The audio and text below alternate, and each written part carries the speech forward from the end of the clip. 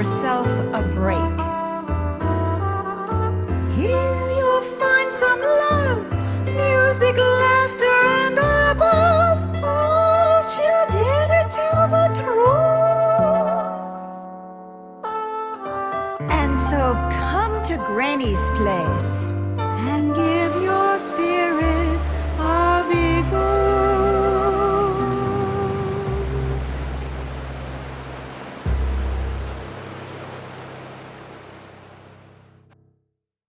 Welcome to Granny's Place, a haven for love, entertainment, and uncommon sense. I'm Sweet Baby James, and I'm here to introduce you to Granny Rocks, and also to tonight's theme. It's an ongoing theme that we have. You ask the questions, Granny provides the answers. So now, here's Granny. Well, welcome everybody. Glad to see you. As usual, I'm going to be facing a bunch of questions that would stump Solomon. You know who Solomon is? Oh, yeah. It's a biblical character, right? Oh, yeah. Who's supposed to be very wise. Well, I'm supposed to be wise. He's a real wise guy. Yes. Okay, so we've been having so many questions that I've been rushing through, but now we're catching up. So Yes, we're going to have, a more leisurely pace today. And please send in your questions, and then don't forget to listen to the answers by coming on to Granny's Place. So in order to send in your question, you just go to the post on Facebook, and it'll give you a link. Send your questions here, and you just put in your question. It can be anonymous, or you can say who you are, and I will answer your questions on the very next show that I can. So the sooner you get your question in, the sooner I can answer it. So right now, we don't have that many questions, so if you want me to answer something, get your questions in. Very good. Yes. Okay, first question. I'm a 30-year-old man with 4 years of sobriety. I haven't found my career yet. How do I develop the self-confidence and self-love that I need to feel when I have nothing to show in terms of worldly success?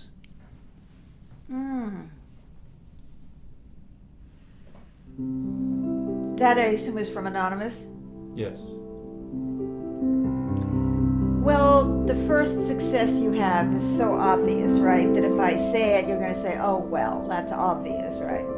Is that you have 4 years of sobriety. That's true. So how can you say that you don't have any worldly success? Now, do you mean by worldly success, you don't have any financial success, you don't have any career success? So that may, in fact, be the case. But what you do have is 4 years of sobriety, and that ain't no small thing, if you ask me. So my first question is, are you a better person than you were 4 years ago? And not only that you stayed sober, but are you a better person? Are you more caring? Are you more thoughtful? Or do you have more self-control? If so, you've got a lot of success there. It's not just being sober. It's also working a program. Now, let's say you're in a 12-step program, and I don't know that you are because you didn't say that, but you may be in any kind of a program. I know that part and parcel of any kind of program is thoughtfulness, spirituality, getting away from the me context and caring about others and all of that. So I'm going to assume, and maybe I'm wrong, that you actually have been working your program in some way, and nobody does it perfectly. So you can't say, oh no, but I don't do that perfectly either. Well, nobody does anything perfectly. I mean, really, the only thing I can be perfect at is being Granny Rocks. And Granny Rocks is so imperfect that I don't know if you can even see the value of that. But anyway, so there's a lot of things involved in being sober other than I didn't take a drink. Now, I'm assuming you're saying sober as opposed to clean, so you didn't mention drugs, but you could be doing drugs too. I mean, what a monumental thing you've done. Have you given yourself credit for that? Now, I do understand that you're frustrated because you haven't been able to get a job. Did he say that he hasn't found a career yet, right? So a career is not a job. So you may be actually earning some money. Okay, so something is keeping you alive. You either have found a way to get on disability. You found a way to get someone to support you, or you're doing something, flipping burgers, working in a warehouse at Costco or whatever it is.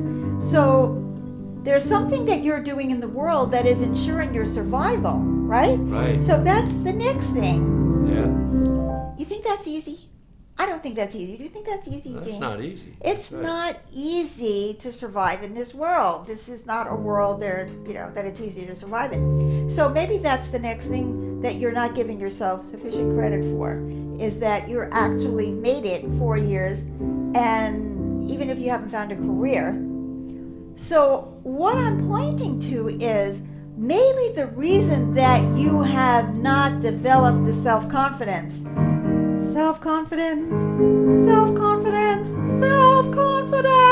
that you crave is that you don't give yourself credit for what you already have done. I mean, what does self-confidence come from? Confidence in the self, right? Well, now that brings up a very interesting question. I didn't even realize I was going to go here. But the question is, what is the self that you're confident in? Okay?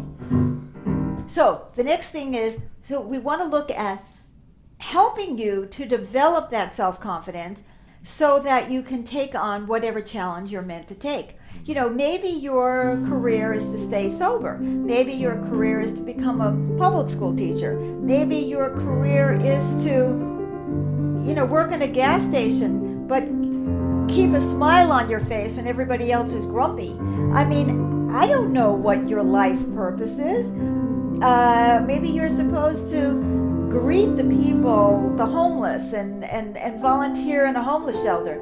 It's just because you're not making money at what you're doing doesn't mean that it doesn't have value.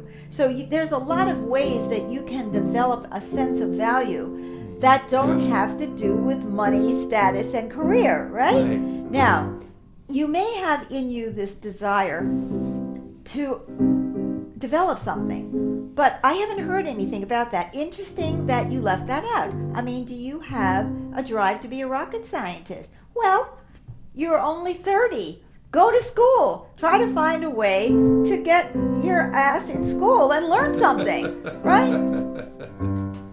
But maybe, that isn't how you're meant to be. Maybe you're meant to, like I say, walk on the street and smile at everybody and bring joy to the sad people who walk on this planet and have no love. Maybe your job is to help people in the world get sober.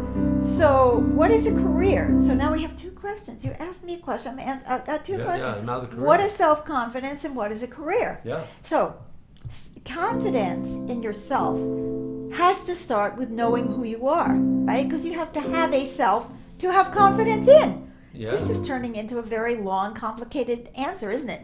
Okay, so who is yourself?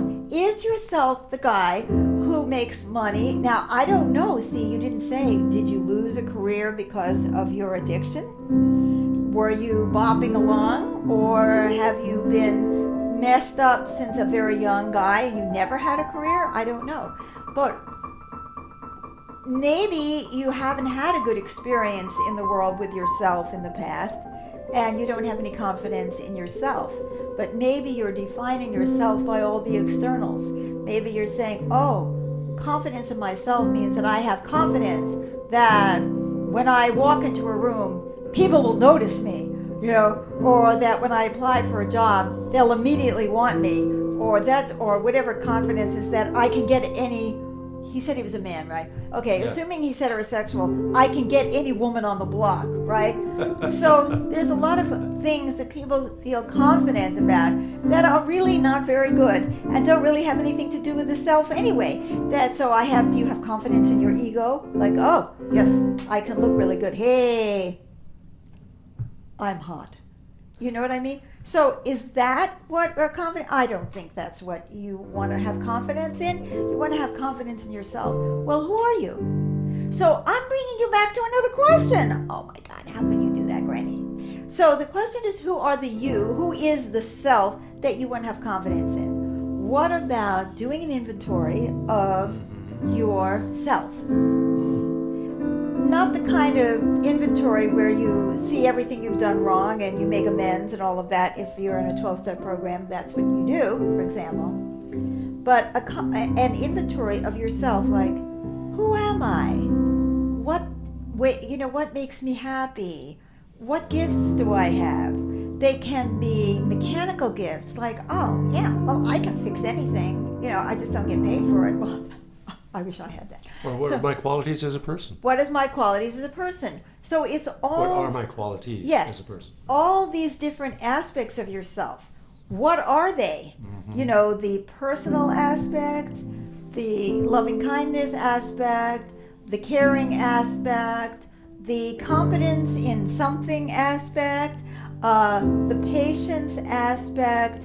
There are so many things to look at and say, what are mine? What are mine? Who am I? Sure. And there are not only external things like I'm very handy, but there are also internal things like, I'm very kind. You wanted to say something about this? There was one other thing I wanted to ask you about, and that is perhaps there's an issue of healing there too. Like how did you become unconfident or not have Yes, self-love? well, that's a very good question. Yeah. So, you see, this is the whole time is going to be on this question, then we'll have plenty of questions for next week. Anyway, so now I want to because I think this is really important. I really do. It's So we're relevant to talking everybody about in one way what or is the another. self, Sure. right, to have confidence in. Yeah. And now, you're asking a very good question, but I had two parts that I was going to answer before I got to that, and now I don't remember where it was. One is confidence, one was what is the self, and What is a career? What gives you value? Your qualities. yeah, what gives you value? But I can't remember. Oh my God, memory is not one of my strong suits. Anyway, we'll just have to skip number 2 or number 1 because that may have been number 2. Is who is the self and what does it mean to be confident?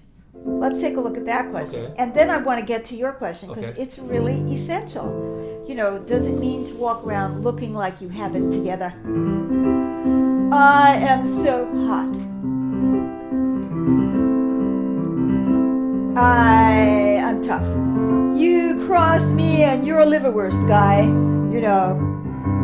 Somebody, I think Trump said that recently. It's like, run against me and you'll be sorry. You could say that's confidence. You can call that confidence. Or you can call that intimidation. There's a lot of things. So now, first, the thing, you have to look at who are you? And do you value those things about you that are real? And where did that lack of self-confidence come from? Did it come from failures that were due to your addiction? Or did this lack of self-confidence come from early on when you were young? Were you ever confident? If you were confident and you loved yourself, you probably wouldn't have been using. Something drives people to become addicts. It's like, well, some people are more addictive, tendency to be addictive than others. It's the addiction gene, right? So I'm not trying to make this a moral issue or anything like that. So there is that factor. But there's a reason. I was an alcoholic and I stopped drinking in 1980, which was a long time ago. That gives you an idea that I'm more than 32. So anyway, I quit drinking and smoking and all of that stuff. But the important question, which Sweet Baby James was raising, is what was driving me? Where was all that pain coming from? And why did I become an alcoholic anyway? Social anxiety, loneliness, just any kind of anxiety. It's like, I'm anxious. Right? Yeah. Self-medicating. Self-medicating. So you've gotten sober, and that's fantastic. Now, have you also become self-aware of what really fed the addiction? I don't mean just on the superficial level. And were you really confident before you started using? Probably not, right? And now, where did all that confidence go? Long time Long passing. time. I can't even think of the chords right now. Oh, I shouldn't even play. I have no confidence in myself. So anyway, So when you were young, were you confident? Did someone slap you down? Do you ever remember being confident? Were you never confident? Maybe you were, like an infant starts out, wah, wah. So it's confident that if it screams, something is going to happen. It's, somebody is going to come. It, develops that knowing that if I scream, this will happen. If I do this, this will happen. And you begin to become confident of the things that are reinforced in you as a child from infancy on. If I go woo woo gaga, I am confident that mommy will come over and take care of my needs. If I punch my brother, I'm pretty confident that he's going to listen to me. Not necessarily a good thing to be confident about. But those are the things that get reinforced. It's like, okay, so now you become confident in certain behaviors. If I work my buns off, I'm going to do well in math.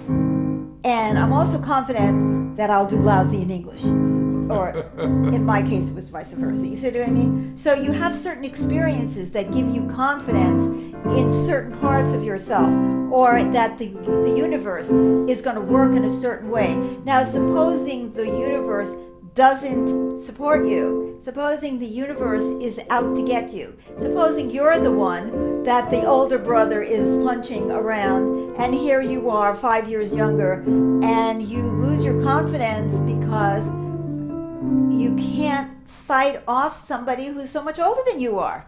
So now you've lost your confidence. Now, I'm hoping that everybody is listening to this, because I think this applies to everybody, doesn't it?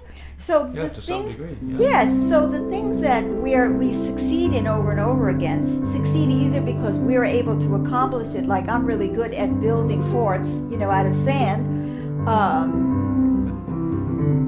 or I'm also very confident that my brother is going to kick that fort and he's going to destroy it, or that I'm going to be criticized. So what we begin to get confident in about is the things that repeat over and over, that we begin to feel like, oh yes, I can almost predict that this is going to happen.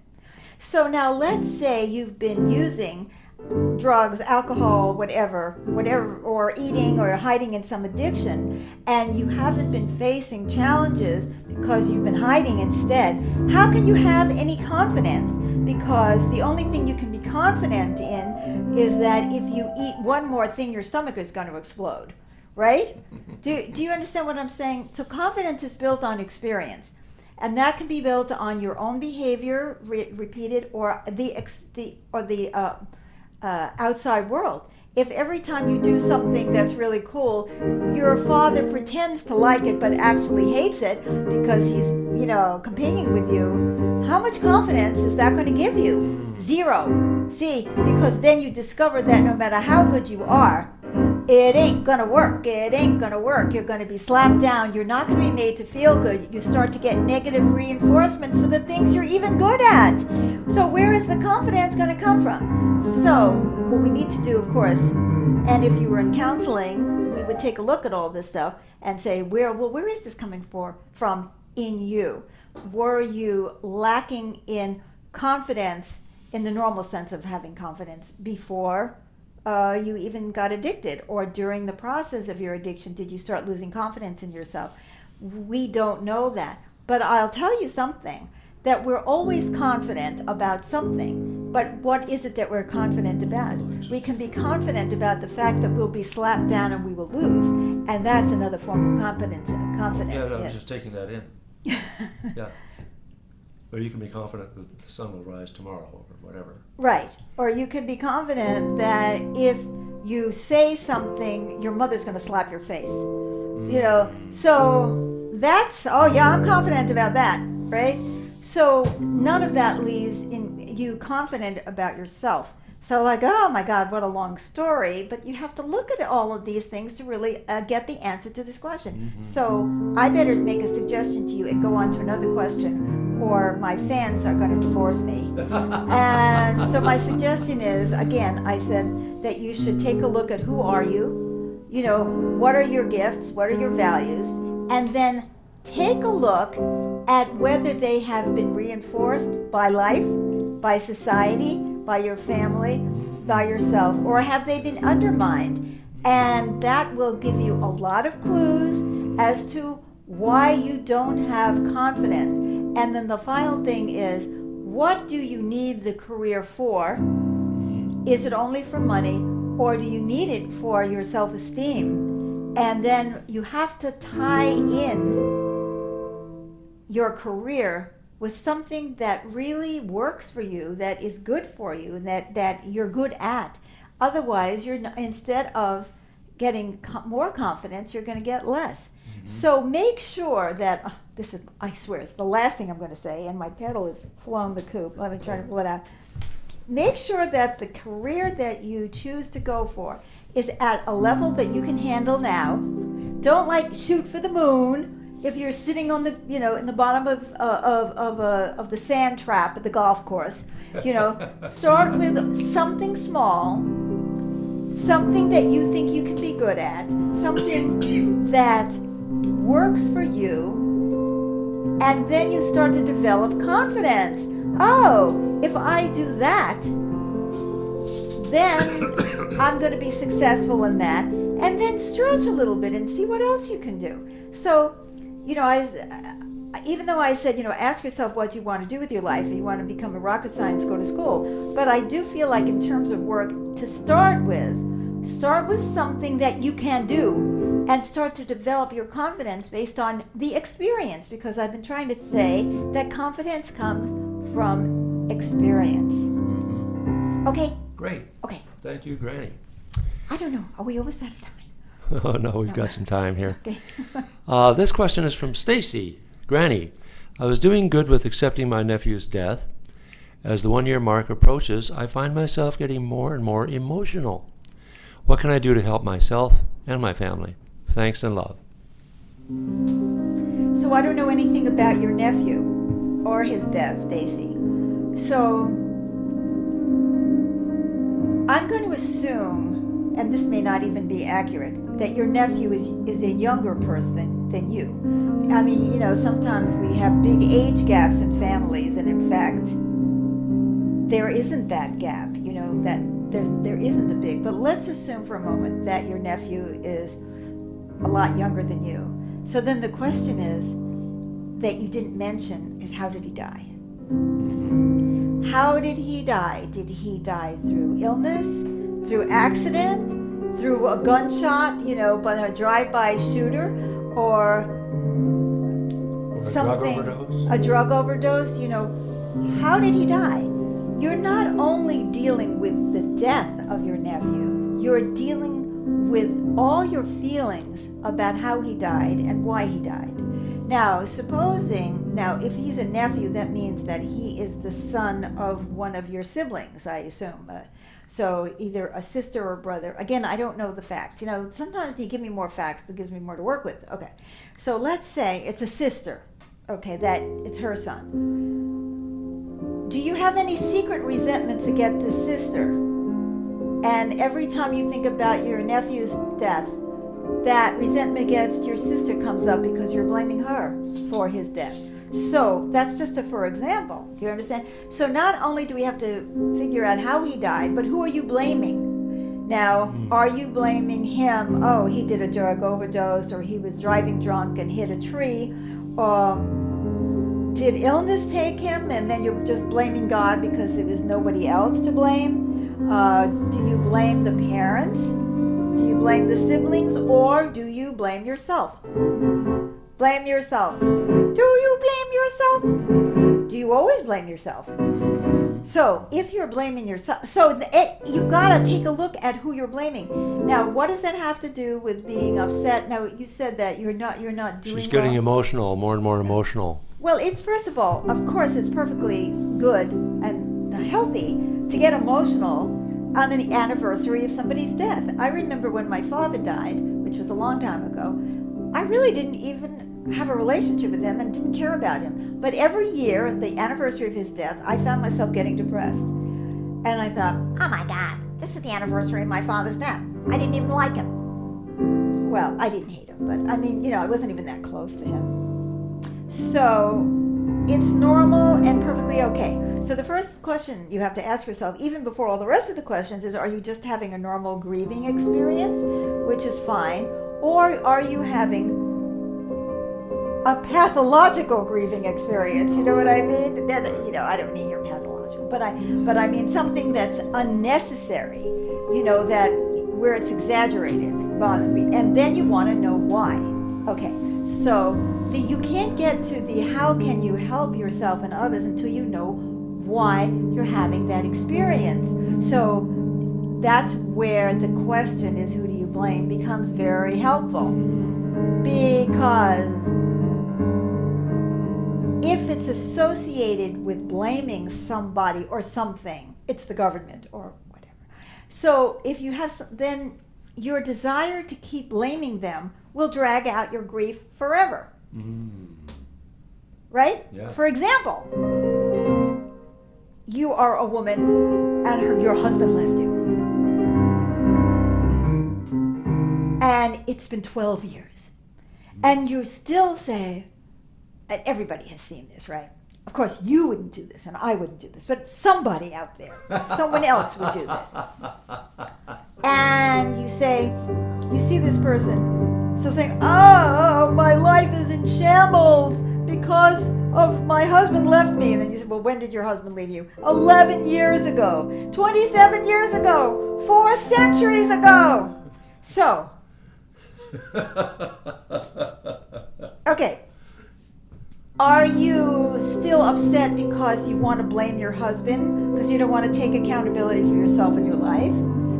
Do you have some motivation for being upset other than the fact that you really are upset, or are you hiding because otherwise you might have to do something with your life? So one of the ways, so now I've given you a lot of stuff to think about, how did he die? Who do you blame? Are you trying to unconsciously puff up your angst and upset in order to keep being resentful towards somebody? Or are you hiding behind it in order to not face something that's happening in your life right now? So something you could be doing that's positive. Or, and I'm going to give you one more option. I think it's only going to be one more option.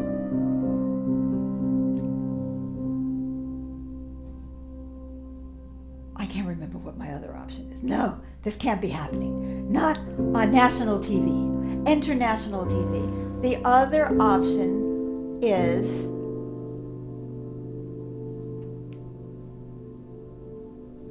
I can't remember. That means I'm blocked. You haven't seen this. I haven't talked about blocking on this show. But when the person I'm working with doesn't want me to see, because I'm an intuitive, right? I try to go in there and see what's going on. When the person doesn't want me to talk about something or see something, all of a sudden, like the door shuts and there's nothing there. It was there and it's not there. Well, that is really interesting. So usually the thing that's blocked is the most important. I wonder if she might have felt she had a special relationship with him, and there's something about That's a very good point. Is there that's a very good point. I'm glad you brought that up, because is there something that, you actually have just reminded me in another way of what, yes, Okay. Very good, thank you, sweet baby Jane. It's like, what does that nephew's death symbolize to you? So that incorporates that, thank you. So, if you didn't hang up on me when I went into my mental lapse, see, this is what happens when you don't pre-plan, don't have any notes. I have no cheat sheet, no teleprompter or anything. So, well, if a man can be president and not think, why should I? So, I'm just being so terrible today. Okay, did this nephew represent something? Was he the only one who you felt truly loved you, for example? Did he make you feel important? And then you have to face the fact that nobody else does, as an example, right? But there are other things that nephew could represent to you, like yourself. Some way that he reminds you of you, whatever his struggles were, that his death makes you feel hopeless for yourself. Well, it's not hopeless for yourself. No matter what he represents, he could represent that little creature that's trying so hard to raise itself out of the gutter, right? For example, right? And then you identify with that and say, oh my God, what's the point of trying? I'm always going to self-destruct.